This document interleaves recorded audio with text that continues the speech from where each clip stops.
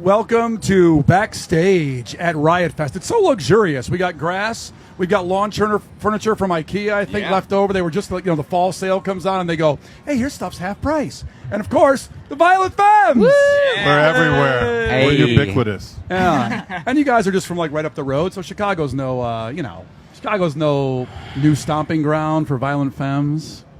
Chicago would have been one of the first places we played outside of Wisconsin. And we were kind of terrified when we crossed the border because we heard lots of weird things, but it's always been good for us here. Now you have to explain weird things, and your friend of 30 years is kind of pointing at your... Well, this is all on you. I mean, you were terrified.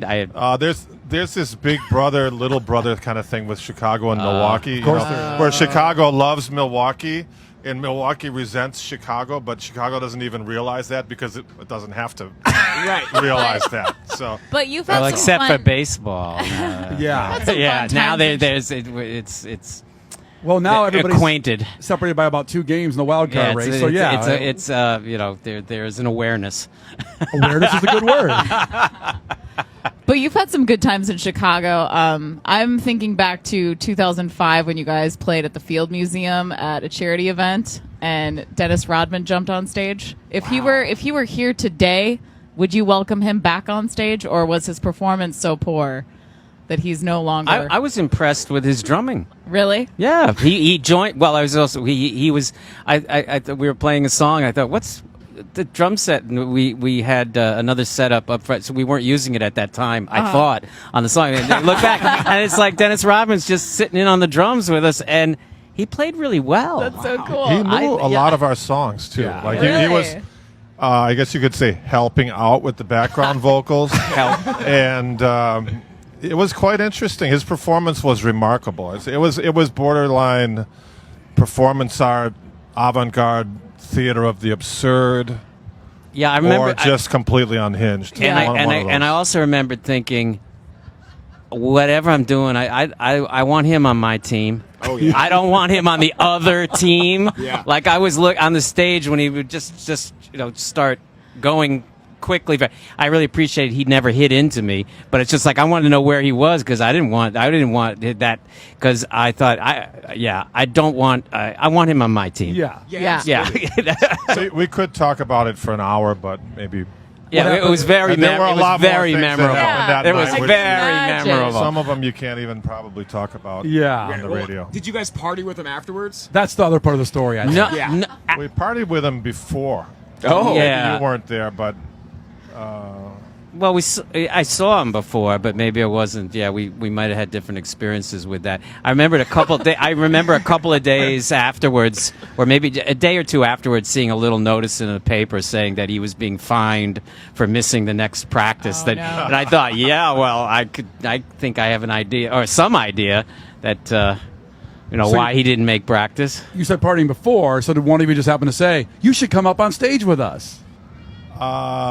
He was the MC for the show, so he was already on stage. Yeah, so it was his, and then kind of realized that it's like it's his show, and we're the band at his show and his party, which wasn't how it was ever explained to us going into it. But we're fine with that kind of stuff. Yeah. And I remember one time that he had the mic and was doing stuff, so we're playing a song, and then I'd just kind of wait until there's a chance for me to maybe sing the next verse, and meanwhile the party keeps going. It was, it really was an incredible and memorable night. That's funny. Do you think he still remembers that night? No. Yeah, probably not, right? He's partied those memories away. Yeah, there was a document just recently. They talked to him about that, and the rest of the team didn't know he was partying till like 6 a.m. every night. He just kept himself from Jordan and Pippen. Like they didn't know what he was doing, like doing this. Yeah. It didn't matter because he was still awesome. Yeah. Well, this was a pretty public thing because my wife at that time. No, it was a little bit later. She was at the American Museum of Natural History. So it traveled in the museum circles. Like, your husband is associated with a band that destroys museums when they're doing their gigs. So it was kind of it was pretty notable. Getting back to what you said about Milwaukee and Chicago, like where your first thing was. I mean, was it something like the Brat Stop, or was it you said somewhere in between, or what was your first gig in Chicago? What was the first place on the border, or was it actually down here somewhere, Metro or Shuba's or? Do you remember? What would have been the first? it would have been a small place that I can't remember. Bottom but, Lounge. I'm but just pulling Metro names. was one of our early ones, but not the earliest, because by the time we got there, we were like, wow, this place is big. This is huge. So we must have played some smaller ones before that. Something in my head is going Tuts. Is there a place, or was there a place called Tuts? Is there a different in place? Madison, right? No. I didn't think. Oh. I thought that was around here, but we're talking about something. We're looking talking around about here that's ancient from a history. long. We may as well long- be talking about King Tut. Yeah. You guys have a new Long record time ago. now. That's the present. Let's focus on Yeah, I didn't mean to start right? giving them a history lesson and homework. Jeez, that's stupid. We're at Riot Fest, for God's sakes. So your new album, Hotel Last Resort. Gordon, your voice sounds so great still. What is your regimen? Do you drink tea?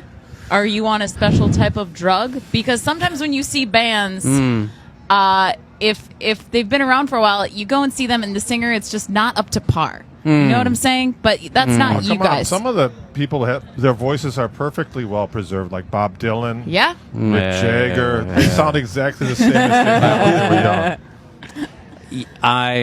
I've been very fortunate with that, and I don't have a specific thing other than I've never done any official vocal warm-ups. Wow. Okay. So, although I do get my voice just a little bit loosened up, a little bit warmed up, but there's nothing that I ever learned as a technique. Interesting. So I don't smoke cigarettes, and that's something which I think does create a certain sound, which at a certain time in one's life might have a certain smoky quality that's kind of could that little gravelly, which can be cool. But I think if you're going to go decades and further on, it starts to lose more than you're getting from the cigarette. So that's one thing. But I absolutely there's not a specific thing other than I wonder if I had put in 20 minutes or a half hour, however long it's supposed to be, a vocalizing before. I wonder if at this point I'd be more tired. Maybe. I don't know. Do it laying down. Is that how you do it Yeah, before yes. every show? That's right, yeah. That's I have right. a weird You lie system, down though. before every Actually, show. yes. Yeah, it's called. Actually, we do this. We Yeah, do we a little go- bit of that. We go because we get up at like 3 in the morning. And Yeah, we start the show at 6. So Well, we're you the got to morning do. show, Well, I do so- I do a little bit of that just Yeah. to make sure, just kind of wake up, and I sort of sing a little bit before going on, but I don't have a specific routine. So, lesson for the kids out there: do nothing. Well, And you Don't will smoke have cigarettes. well, there Yeah. and It's not vaping. also do something that feels right and feels good for you. Right. With a band like you guys, and I always, that it stood the test of time with your music. What was that? Someone's going on right now. Are you ready to rock? Are we at a rock fest? Or Yeah, what? we're at a rock festival, and you come to something like this. What do you take away from seeing some of the younger bands? And this festival definitely has a lot of veterans. It's a veteran, diverse lineup. But who do you like? Do you look forward to seeing anybody else, or do you wander around, or you just kind of, I got to get ready for my thing, do my thing, and then I'll see what happens after that? Is there anybody you look forward to at a festival show like this? It of course it depend on the festival and the lineup, and if it's somebody that we know or somebody that we know we'd really like to see. But many times, like this time, we have a very full schedule, so we're just we're more getting in and doing it. At least that's been my experience of it this time around. Just getting in and doing our thing.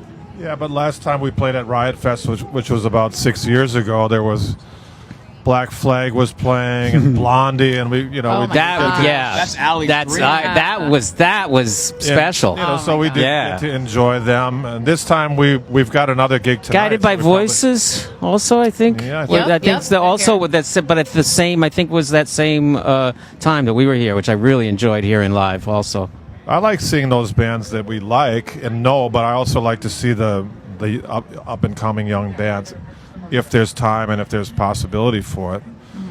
It's amazing how much great music is happening.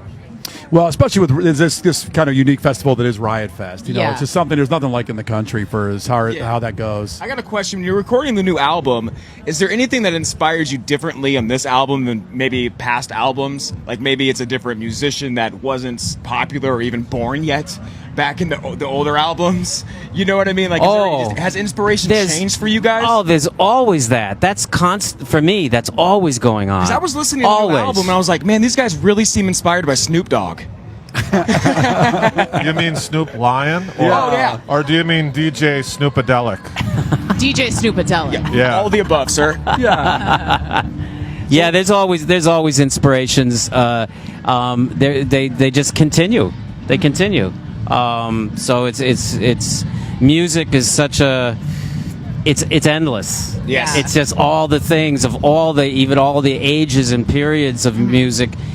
And all the different types of music. It's just I feel as excited or more excited than ever about music, even after some decades of it. That's great. Well, and you guys still have such an interesting sound. Like, no one sounds like the Violent Femmes to this day. And what's interesting about you guys, like, is not only that you've had such staying power, but in the beginning, you had a gold record before you even broke into the Billboard 200, which is like unheard of in the music industry. You know, like this cult following. Do you think that's like a major part of why you were able to keep doing this to this day versus like a wham bam, thank you, man, we had a #1 record in '85 and now we're done? Well, definitely, like you referred to the album going, I think it went platinum. Yeah. Even before it entered the Billboard charts. That means that you're selling a few hundred records a day for 10 years or something like that. And this is an indication of word of mouth. Mm-hmm. So definitely our longevity can be attributed to the fact that most people probably still hear about us from their friends or maybe the older sibling or younger sibling or whoever they hear about it from. So it's a personal handover rather than some sort of marketing gimmick. Yeah, marketing or media or record company kind of thing. You also mentioned the sound. Yeah, I believe that we do have a sound. Yes. And the sound isn't the sound that's associated with when we started playing. Or any time. So I think that's part of it too. It's not that we have that 80s sound or we have that 90s sound or we have and so on. And there are people that think of us as an 80s band and other people think of us as a 90s band and other people I guess think I don't know what. Yeah, But I think it's like whenever somebody hears our music and gets into our music that then it becomes associated with that time in their lives. Yeah.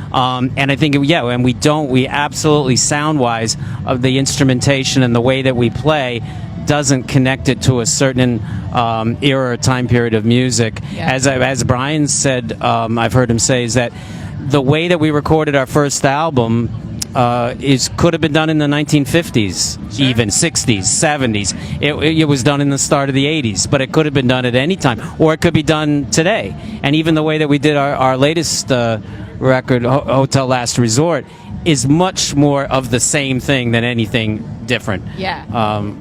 So. Yeah, I mean, you're talking sound, and this might be a little cliche, but how badass is it to feel when you're on stage and you play a couple notes and everybody goes, "Yeah!" I know it's cliche, but seriously, I want to know how that feels. Does it still feel the same? Just feels like we're at work. Yeah, I mean, just like you all, right? No. The only time we get that kind of applause is when we're introducing bands like you on stage. Don't compare yourselves to them. It's just being at work. It's very uplifting to get that kind of response from an audience, and makes us want to play. And it does. It makes it so that a song like Blister in the Sun is something which it's never tiring playing it because of that interaction, for that burst of joy and excitement from people. And also, we mentioned the sound, but there's also the visual, seeing people smile and just and sing along, and it's just which you can see and also hear. So that makes it where it's always fun to do, and it doesn't ever feel tiring or boring to do it, even though now we've played it whatever thousands of times. gosh. That's nuts. It really still has that a positive energy that doesn't feel tired at all, and I think that's thanks to the audience. I mean, that song makes the end of Grosse Point Blank, too. Like, right after the whole wrap-up of all the chaos, they're in the car in the convertible, and it comes on. I'm like, there couldn't have picked a better song. Yeah, that was really that was exciting. I mean, that was a good experience. That one. Did John Cusack call you guys to use it or no? He wanted it for sure. That was his personal choice, and then we shot a video for it, and he stopped by. Did he direct the video or no? He was just hanging out. No, he was working. He was there, so he was definitely personally connected to it. Awesome. Well, listen, guys, we thank you for giving a little bit of time to us. We don't want to take too much. Oh, but I'm just interrupting about saying about like the festival and doing things, and I don't know if I should have checked with somebody to say, can I say? But we're also doing something as an after show for the festival. Go for it. Yeah, go ahead. At Concord. We never ask anything. We're playing, and that's connected with the whole festival. That we're playing a set that starts at I think 11 o'clock tonight, and then we're playing our usual like hour and a half or something. Wow. At the Concord. Concord Music Hall, great venue, Right. awesome place. So we're doing that tonight. So we're going from one place to another place, That's and a we'll long day. we'll probably mix in some different tunes as well because we've got a lot of them at this point. So we usually always mix it up. And then the after party at your hotels or what? And then after party. After party. As long as you're Dennis doing that Rodman. much, you're proving you can do a lot. Come on. The after party will be in Green Bay. Oh, that's right. We got a gig in I Green thought Bay tomorrow. we didn't need to talk about football. I mean, we talked about baseball. Yeah. Football's another thing where there's an acquaintance. Like a very, very good I picked the Vikings this weekend to take out the Packers at home. So, Yeah, well, that's what you got to do. You got to do what I that. gotta You got to do what you got to do. Yeah, but he went 0-4 last week. I so did. Let's not take his word for How anything. embarrassing. How embarrassing Trubisky gave you guys the game. But you know what? Hey, the score's all that matters, right? I'm not going to get mad about it. I don't think the score is the only thing that matters. I think it's the entertainment. Well, And it certainly became, wasn't and it was an very entertaining game. the score was very entertaining. It was the worst football game ever. But on the other hand, Violent Femmes will be the best act of Riot Fest. I know it. I feel it. Well, we'll Thank do you, we'll do what we do. Hey, we're Thanks very for excited to see you guys, and thanks for spending some time Yeah. with us. It's an honor talking to you Thank guys. you. It was Thank good you so talking to you. much. You guys are having aging us. so well, too. Congratulations. And you, sir? Yeah, crazy great style. Brian, I love it, man. Ditto. I want to look like you when I grow up. It's Brian Cheers, Alley and guys. Justin backstage at Riot Fest with the Violent Femmes.